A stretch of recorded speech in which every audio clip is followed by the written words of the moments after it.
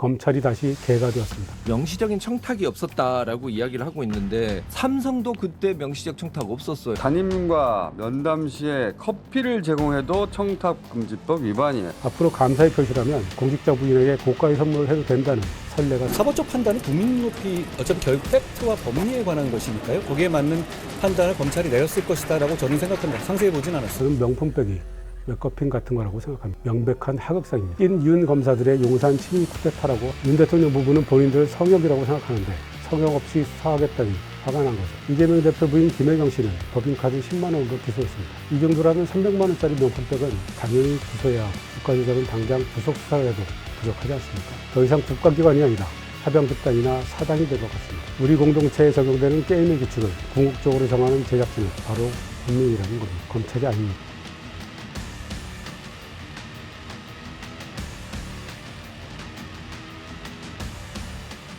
안녕하세요. 논설의 이재성입니다. 검찰이 다시 개가 되었습니다. 문재인 정부 시절 그 살아있는 권력 또한 검찰의 엄정한 수사는 꼭 필요하다고 저는 주인 없는 늑대가 되어 살아있는 권력의 살점을 물어뜯던 검찰이 이제 다시 물라면 물고 핥으라면 핥는 개가 되었습니다. 다시 개가 된 검찰이 모시는 주인은 오직 한 사람, 검찰 선배 윤석열 대통령입니다. 박근혜 정부 시절 윤석열 검사는 혹시 사람에 충성하는 건 아니에요? 저는 사람에 충성하지 않기 때문에 제가 오늘도 이런 말씀을 드립니다. 사람에 충성하지 않는다는 말 한마디로 스타 검사가 됐는데 대통령이 된 뒤에는 검찰 조직 전체를 윤석열이라는 사람에만 충성하는 조직으로 만들어버렸습니다. 검찰이 윤석열 정권 친위대 또는 사병 집단으로 전락했다고 말할 수 있을 정도입니다.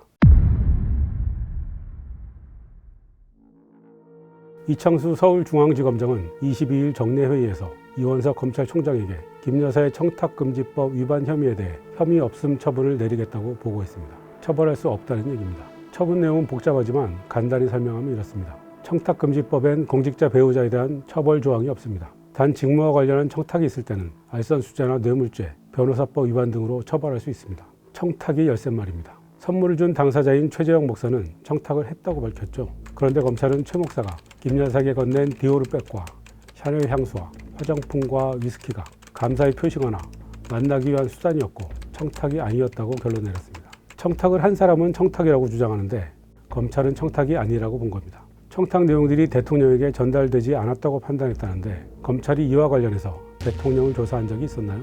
저는 금시초문입니다. 과거에 삼성이 최순실 씨한테 뇌물을 줬지 박근혜 대통령한테 뇌물 준 게 아니었어요. 명시적인 청탁이 없었다라고 이야기를 하고 있는데 삼성도 그때 명시적 청탁 없었어요. 근데 묵시적 청탁이 있고 대통령은 뭐든지 할 수 있기 때문에 대통령에 대해서 묵시적 청탁이 가능하다. 이 기소를 했던 그 특검팀 안에 우리 대통령이 계셨던 거예요. 최 목사가 선물을 전달하던 날 김 여사가 정부 인사에 개입하는 것으로 의심되는 통화를 했고 선물을 전달하려는 다른 사람들이 기다리는 모습도 봤다고 했는데 이에 대해서는 조사하는 신용조차 하지 않았습니다. 자동으로 윤석열 대통령의 혐의도 없어졌습니다. 청탁금지법에는 배우자가 직무와 관련해 금품을 받은 사실을 알면 즉시 신고한다는 규정이 있습니다. 윤 대통령은 알면서도 신고하지 않았죠. 그런데 검찰이 직무와 관련이 없는 선물이라고 정리해 줌으로써 윤 대통령의 신고 의무도 없던 일이 됐습니다. 제대로 수사도 않고 짜여진 각본대로 억지 면죄부를 찍어준 것입니다. 그런데 여러분, 윗선 학교에서는 학생들이 선생님께 감사의 표시로 커피 한 잔 드리는 것도 금지한다는 사실 아십니까? 국민권익위원회가 청탁금지법에 근거해서 현장에 배포한 금지 사례에 들어있는 내용입니다. 앞으로 감사의 표시라면 공직자 부인에게 고가의 선물을 해도 된다는 선례가 생긴 것입니다. 이제 청탁금지법은 사실상 사문화될 가능성이 커졌습니다. 스승의 날 학생들이 돈을 모아서 담임에게 5만 원 이하 선물을 드리는 것 불가해요. 청탁금지법 위반이 된다는 겁니다. 담임과 면담 시에 커피를 제공해도 청탁금지법 위반이에요. 이렇게 선생님들한테는 커피도 안 돼 해놓고 대통령 부인이 명품백을 받았는데 권익위가 괜찮다고 했잖아요. 국민의 눈높이에서 판단해야 한다고 주장했던 한동훈 국민의힘 대표는 이번에도 자신의 발언으로부터 도망가기 바쁩니다. 검찰이 김건희 여사 명품백 수수권은 무혐의로 결론 내렸다고 하는데 국민 눈높이에 맞는 결정이라고 생각하시나요? 사법적 판단은 국민 눈높이 어차피 결국 팩트와 법리에 관한 것이니까요. 거기에 맞는 판단을 검찰이 내렸을 것이다라고 저는 생각합니다. 상세히 보진 않았습니다.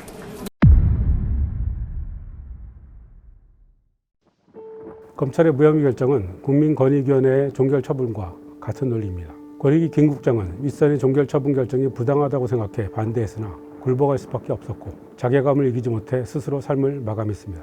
검찰이 권익위와 다른 점은 수사권이 있다는 것입니다. 하지만 검찰은 수사의 기본이라고 할 수 있는 피의자 휴대전화를 압수수색하기는커녕 오히려 수사검사들이 휴대전화를 압수당했습니다.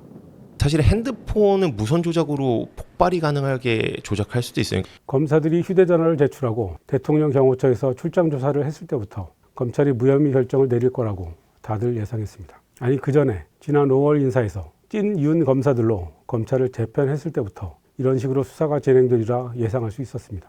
모양 갖춰서 대충 조사하고 얼른 무혐의 처분하라고 윤 대통령이 내려보낸 검사들이 입맛대로 일을 제대로 한 것입니다.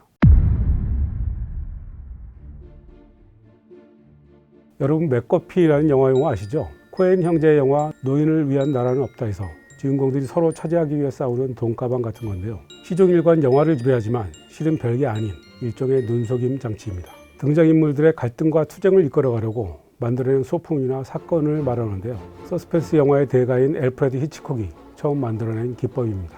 저는 명품백이 맥커핀 같은 거라고 생각합니다. 사람들이 명품백이라는 맥커핀에 정신이 팔려서 도이치모터스 주가 조작 사건이나 한남동 대통령실 관저공사 수주 의혹 같은 더 중요한 일에서 관심을 돌리는 역할을 하기 때문입니다.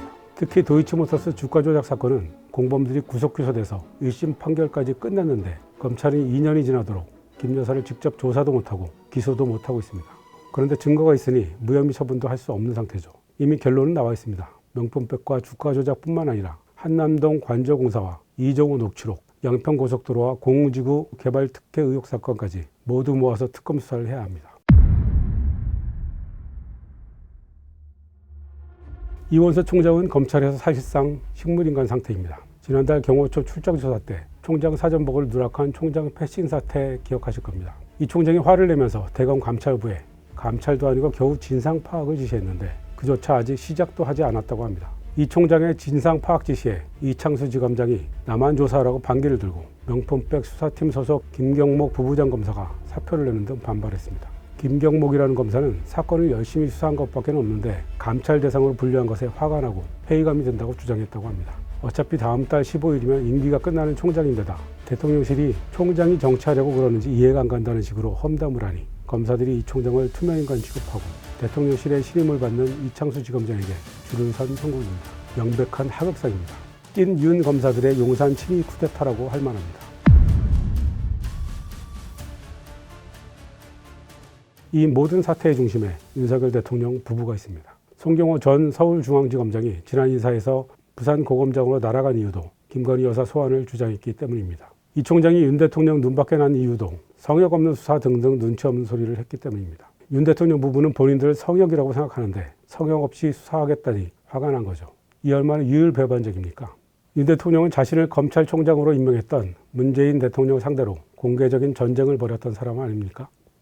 검찰 수사 앞에 성역 같은 건 있어서도 안 되고 있을 수도 없다는 게 검사들의 공정과 상식 아니었나요? 그런데 지금 검찰의 비굴한 행태에 대해 검찰 내부 게시판에 글 한 줄 올라오지 않습니다. 민주당이 검사 탄핵을 추진하자 이원서 총장부터 말단 검사, 퇴직 검사들까지 집단으로 의견을 표출하던 투지는 찾아볼 수 없습니다. 지금 검찰은 용산이라는 하나의 태양 아래 일렬로 도열한 해바라기 밭이나 마찬가지입니다.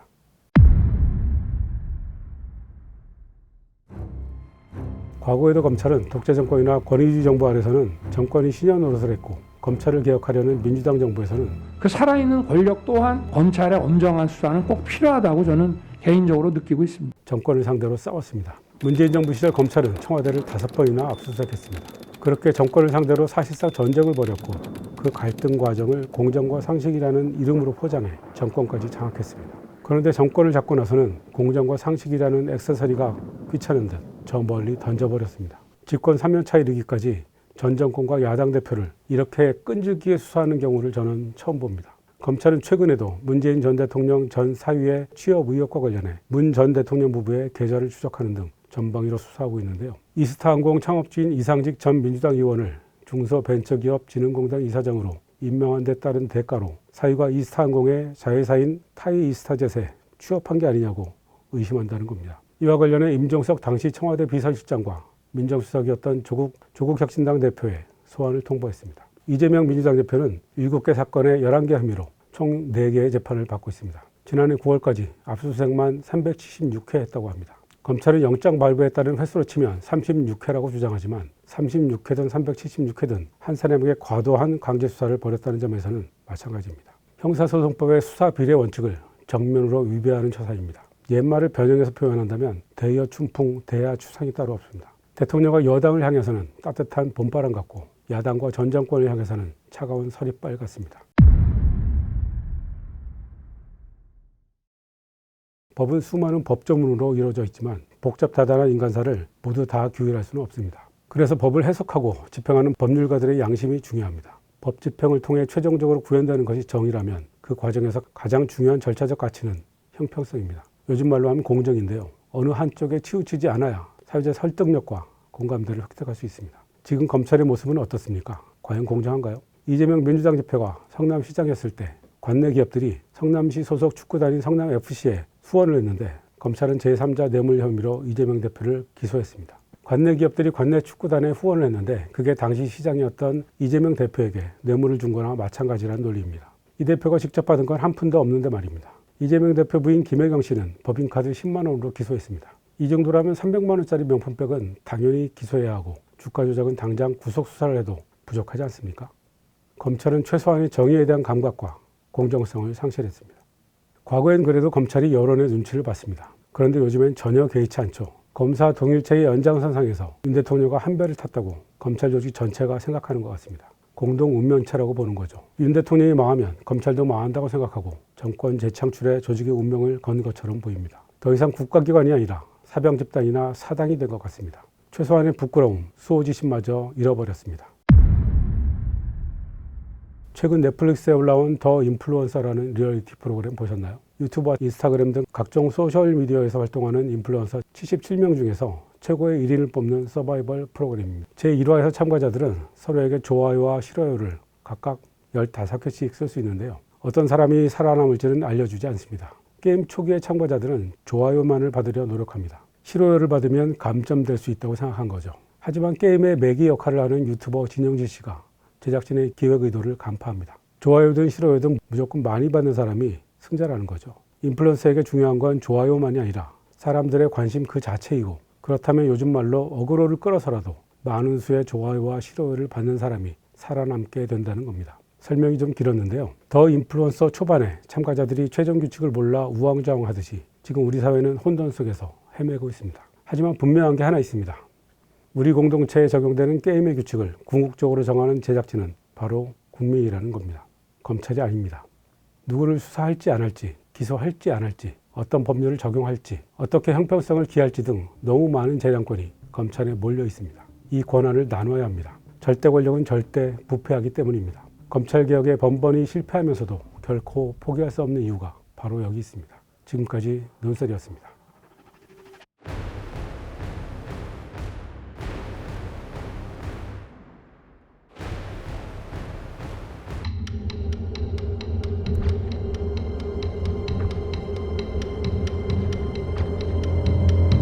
침묵은 편하다.